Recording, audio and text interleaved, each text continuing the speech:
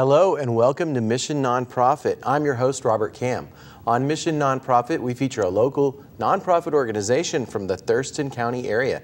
And this month, we have Olympia Junior Programs. And with me today is Chris Bartroff and Lorraine Nelson, and they're both with Olympia Junior Programs. Welcome. Thank you very much. And so Olympia Junior Programs is a program that brings theater and music and art and all kinds of things to school-age children during their school, time period. Am I right? That's correct. The organization is a group of all volunteers from the community who do the work to bring live theater performances to the local school children. We do that by renting the Washington Center and contracting with professional theater production performing companies to come here to Olympia to perform during the school day.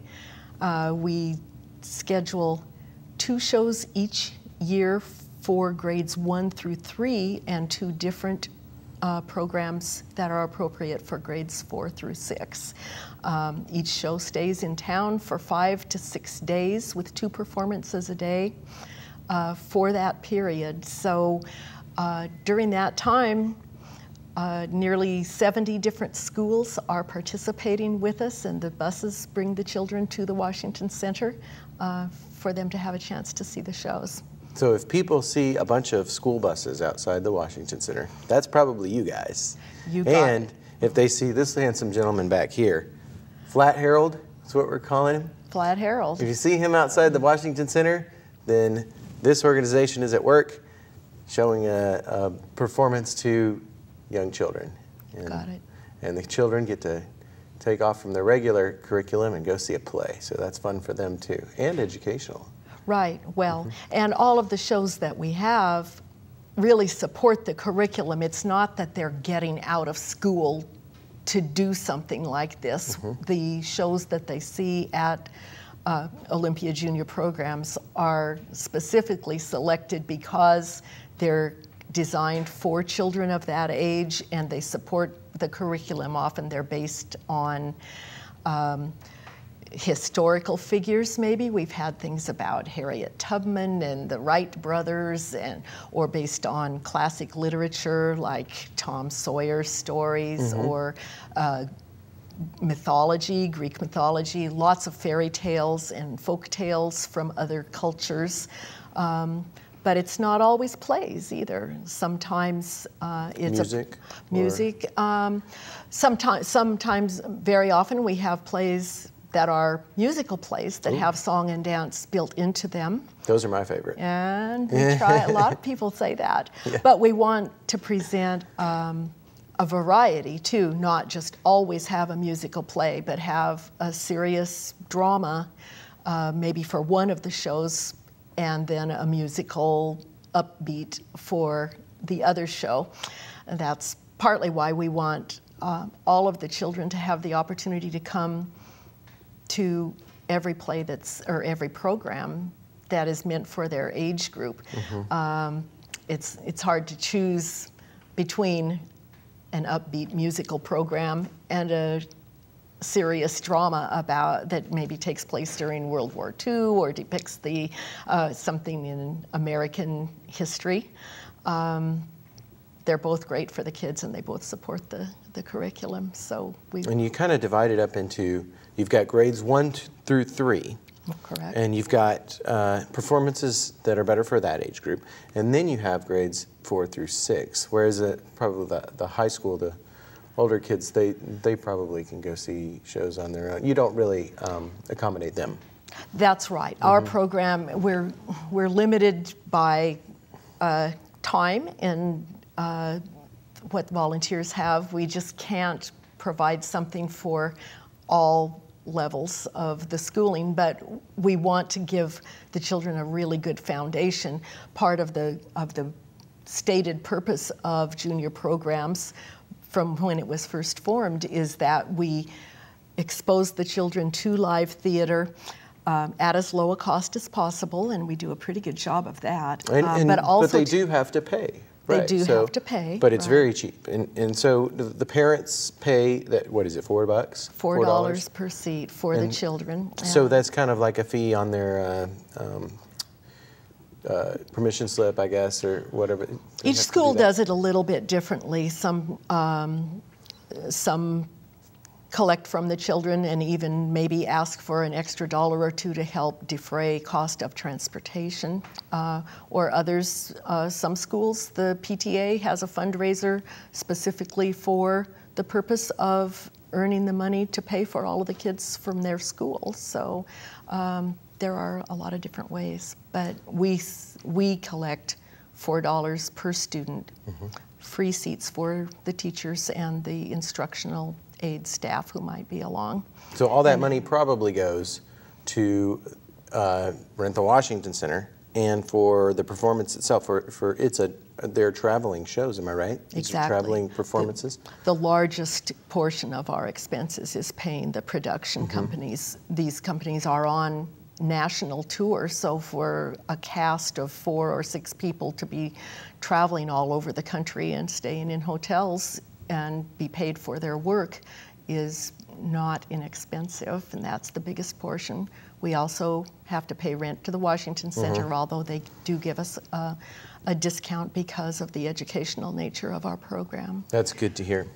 And also we pay the technical staff at the Washington Center and 1 house manager. The rest we provide from among our volunteers. Well, it sounds like you're keeping the cost down, and that's great to hear.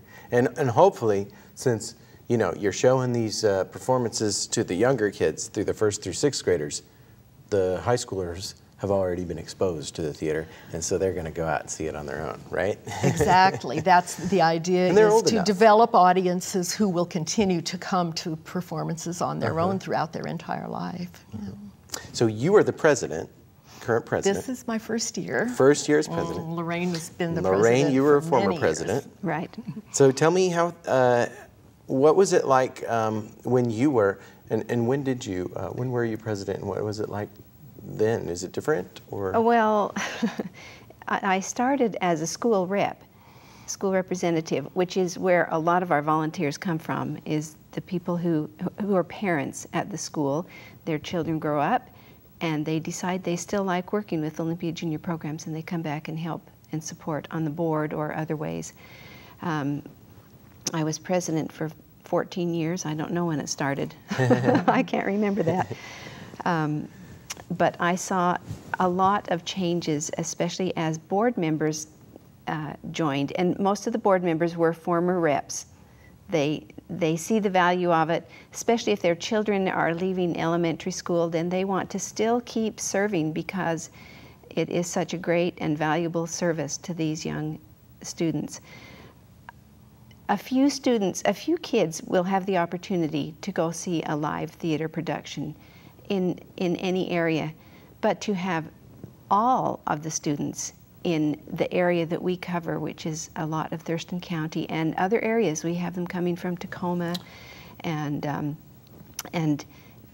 in Shelton, there's a junior programs that produces shows for them. To have that many coming and having that experience is unusual. Usually it's just the family who can afford it and not the whole school.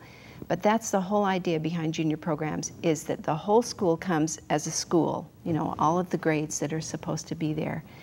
And they have been prepared by their teacher with the educational material so that they know what they're going to see. They have an idea that it's going to be a musical or a documentary, or not a documentary, what's the word for that? Biography, different types.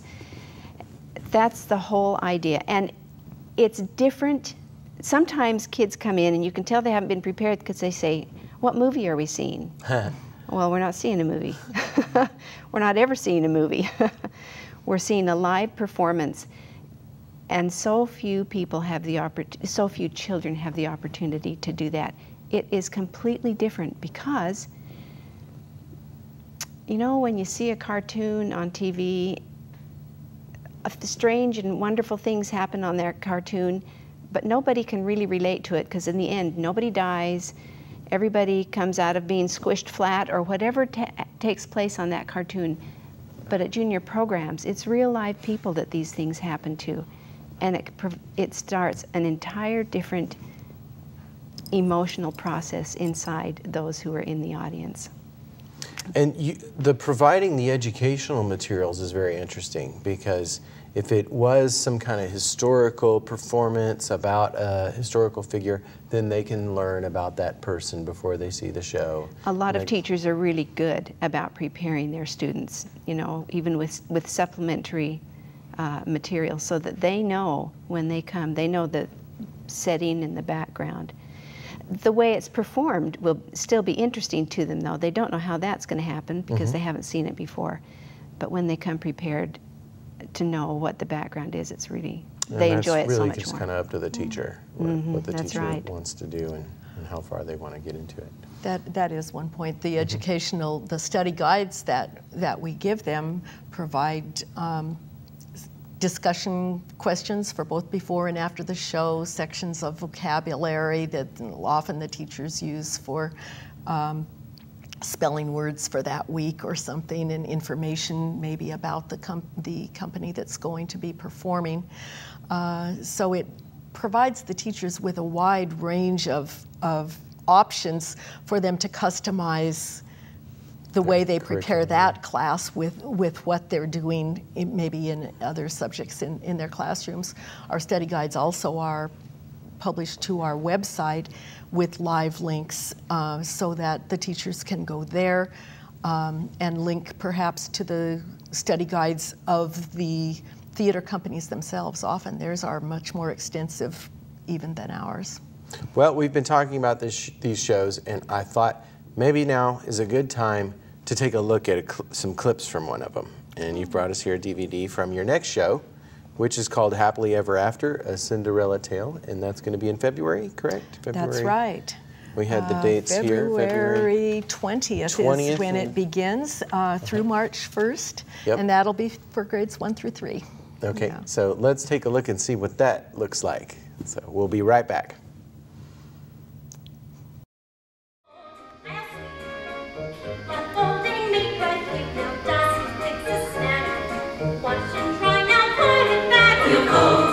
Sweet. That's it. Keep on folding, make that heap, now dust, fix the snack. Wash and try, now put in that you cook, will clean. Tend the fire, in between, poof, pop, cinders glow. Fire's perfect, there you go.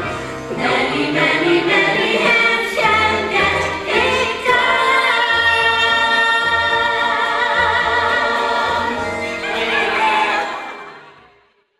To a royal ball 1 week from this evening to meet the prince.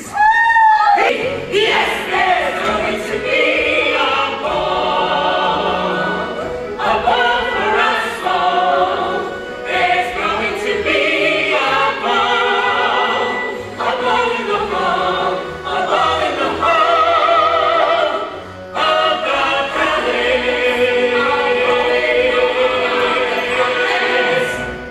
Oh, here, Griselda, try this one. You always look marvelous in mauve. Oh, have it, my dear.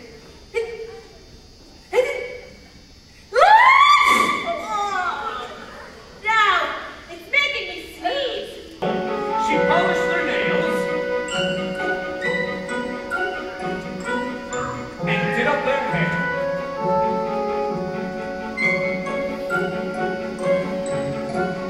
Powdered their noses so they looked quite fair. Gave them their wraps and bid them good night, and watched them both leave down the road out of sight.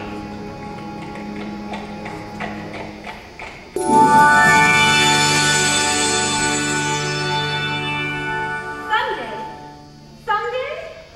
What's with this someday? I don't know. I thought I was dreaming.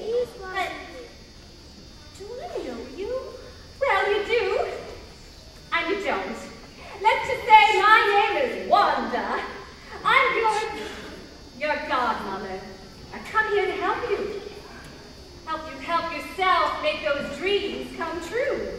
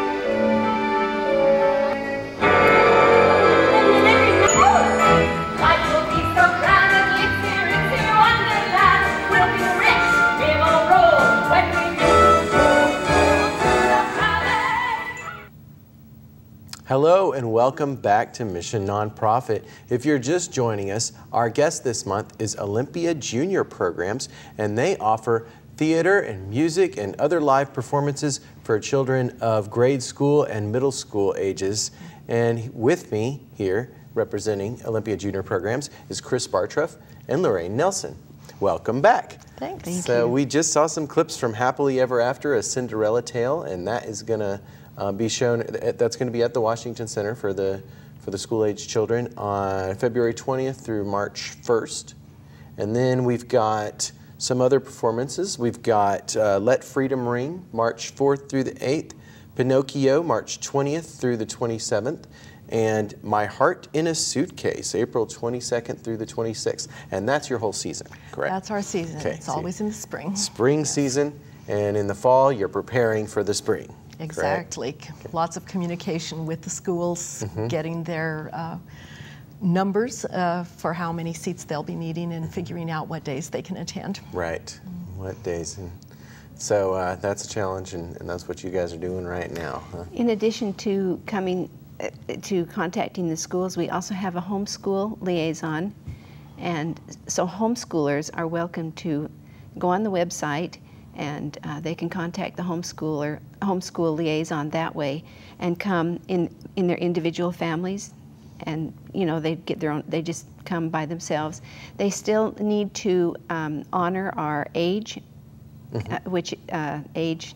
Nobody under level, 5. Nobody correct? under 5. You have to be 5 at the beginning of the current school year in order to attend junior programs. We don't do preschoolers or younger. Well, and you don't do kindergarten either, so you do first grade, and they should be 5 at first grade. Right. Yeah. Yeah. This season's shows, I just wanted to make the point that it's sort of an example of the kind of variety that we have, especially for the intermediate level children. The Let Freedom Ring is a very lively musical that takes you through the history of the United States in about 45 minutes to include international songs that represent different immigrant groups who helped to found our country and settle here. Then the second show for the intermediate kids is My Heart in a Suitcase, and that is a very serious drama based on a book written by a girl who was separated from her parents during World War II. She was from a Jewish family, and there was a program called Kinder Transport where British families took in Jewish children to keep them safe, and this deals with her experiences with that. So it's quite a contrast. The two shows for the younger children are both based on fairy tales or children's stories, and yet the format and the style of the performing companies is quite different for each of those. So it still presents a contrast for them. Sounds like the social studies teachers are going to love Let Freedom Ring, and the history teachers are going to love My Heart in a Suitcase. That's interesting. I haven't heard of that. And sounds like the Underground Railroad of Europe, you know? Kind of like that, yeah. But yeah, so good shows. What about some of the other performances you've done in the past that might not be theatrical? Like, do we have symphonies coming in, and do the children like those kind of things? You know, years ago they had the Seattle Symphony come once, years and years ago, probably before we were born. But those things are not really as affordable. Ah. These are companies that are specifically, they're traveling, you know, they go from state to state. They have an entire circuit that they go on, and they are specifically for children. And symphonies, there's a lot of people to transport there. So usually our plays have a limited number of actors in them. Somebody who can travel in a van from place to place. But you are open to those kind of things? We would be open to those. We would. I know, if we could afford it. On your website, by the way, I should mention the website, and it's OlympiaJuniorPrograms.com. Very simple. Yeah. That's right. Junior spelled out. Yep, Junior, yeah, not JR, but Junior. And so anybody can go to that website and learn more, and especially the homeschool parents who would like to get in on this, because I would imagine that they might not know about this, and it's something that they could really enjoy, and very cheap, you know, very cheap performances. Now, I know you were kind of selective on the number of adults that can participate. Are adults not allowed to be? Oh, well, we like adults.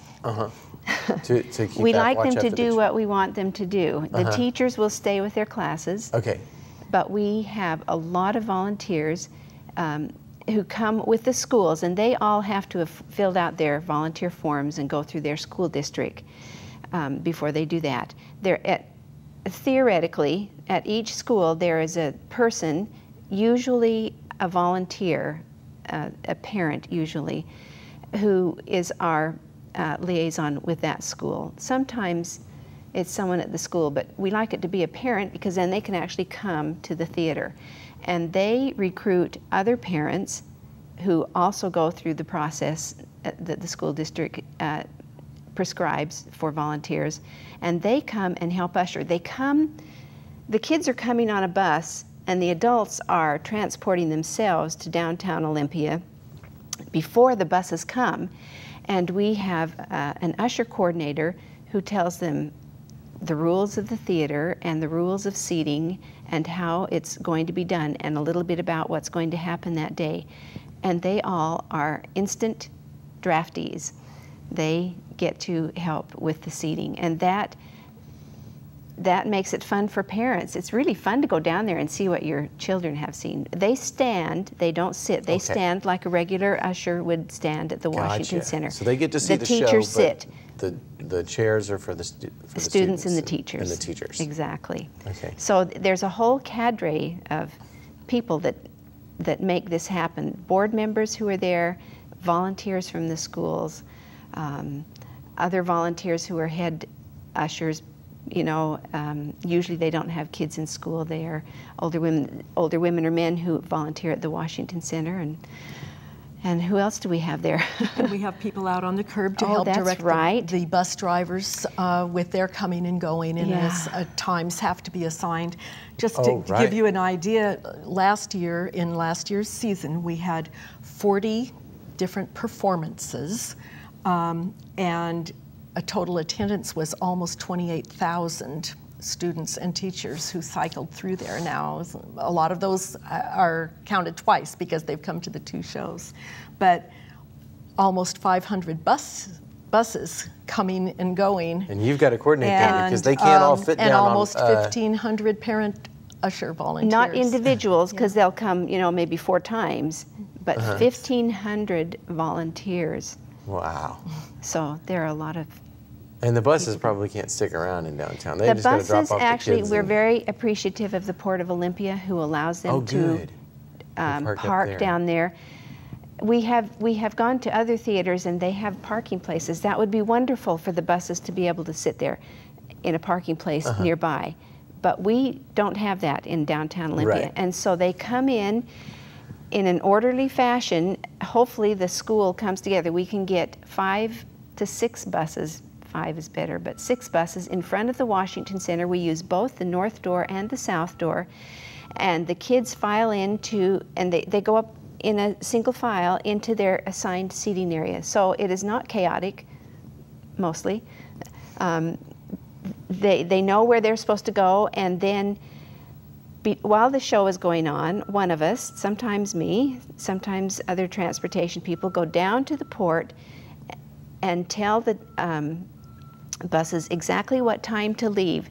This group first at this time, another group at another time, so that we don't have a whole bunch of buses, at least this is what we try to avoid, a whole bunch of buses in downtown Olympia in a row, clogging up the traffic. It's quite an operation. We have never seen any other theater that has to do it this way. But we do that so that we can be friendly with the downtown Olympia business people, and they can, and not just clog up the whole roadway. I would imagine there's probably an organization like yours in every community, because I know in other cities they have the same thing going on, correct? Well, Junior Programs was originally begun in the 1930s, started on the East Coast, and was a national movement where cities had these all over, and the performers traveled nationally, like vaudeville performers traveling a circuit to perform. Olympia's Junior Programs was founded in 1940, and so it's been here for generations, little time out for World War II. As the world has changed, though, most other cities have their Junior Programs groups have disbanded, and bringing children's theater has just become another thing that is done by the performance center of the community, like the Washington Center bringing in or so forth. I'm sure the Washington Center appreciates you guys. The touring groups tell us that we're the only ones that they perform for, where they stay as long as they do, and where all of the local school children attend the shows together like this. Otherwise, it's kind of a classroom by classroom or school by school decision, and not a consistent 6-year program that builds through the years with giving the children this experience. We're also the only one that is all volunteer. We're pretty sure about that. Seattle Children's Theater started out as Seattle Junior Programs, but now it's not set up like that. Unfortunately, we are out of time for this episode, but in the spring, all those grade school and middle school kids will be out there watching shows, and if the homeschool parents out there want to get involved, they should go to your website, which is olympiajuniorprograms.com. And so go out there and check them out, and we will see you next time on Mission Nonprofit. Thanks so much for watching.